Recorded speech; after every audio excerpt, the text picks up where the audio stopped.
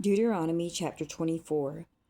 When a man hath taken a wife and married her, and it come to pass that she find no favor in his eyes, because he hath found some uncleanness in her, then let him write her a bill of divorcement, and give it in her hand, and send her out of his house.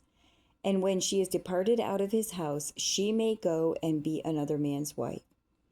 And if the latter husband hate her, and write her a bill of divorcement, and giveth it in her hand, and sendeth her out of his house, or if the latter husband die, which took her to be his wife, her former husband, which sent her away, may not take her again to be his wife, after that she is defiled, for that is an abomination before the Lord. And thou shalt not cause the land to sin, which the Lord thy God giveth thee for an inheritance.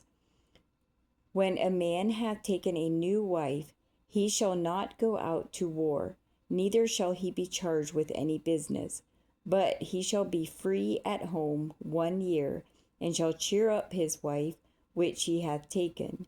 No man shall take the nether of the upper millstone to pledge, for he taketh a man's life to pledge. If a man be found stealing any of his brethren of the children of Israel, and maketh merchandise of him, or selleth him, then that thief shall die, and thou shalt put evil away from among you. Take heed in the plague of leprosy, that thou observe diligently, and do according to all that the priests, the Levites, shall teach you. As I commanded them, so ye shall observe to do.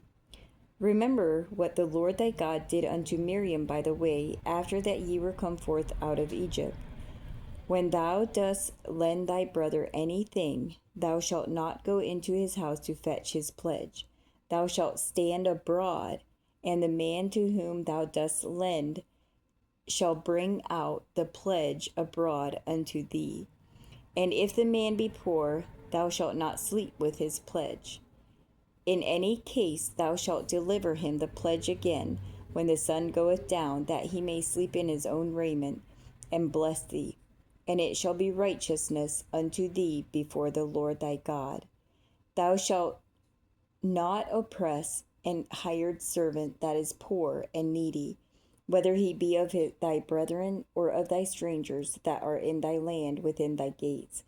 At his day thou shalt give him his hire, neither shall the sun go down upon it, for he is poor, and setteth his heart upon it, lest he cry against thee unto the Lord, and it be sin unto thee. The fathers shall not be put to death for the children, neither shall the children be put to death for the fathers. Every man shall be put to death for his own sin. Thou shalt not pervert the judgment of the stranger, nor of the fatherless, nor take a widow's raiment to pledge. But thou shalt remember that thou wast a bondman in Egypt, and the Lord thy God redeemed thee thence. Therefore I command thee to do this thing. When thou cuttest down thine harvest in thy field, and hast forgot a sheaf in the field, thou shalt not go again to fetch it. It shall be for the stranger, for the fatherless, and for the widow, that the Lord thy God may bless thee in all the work of thine hands.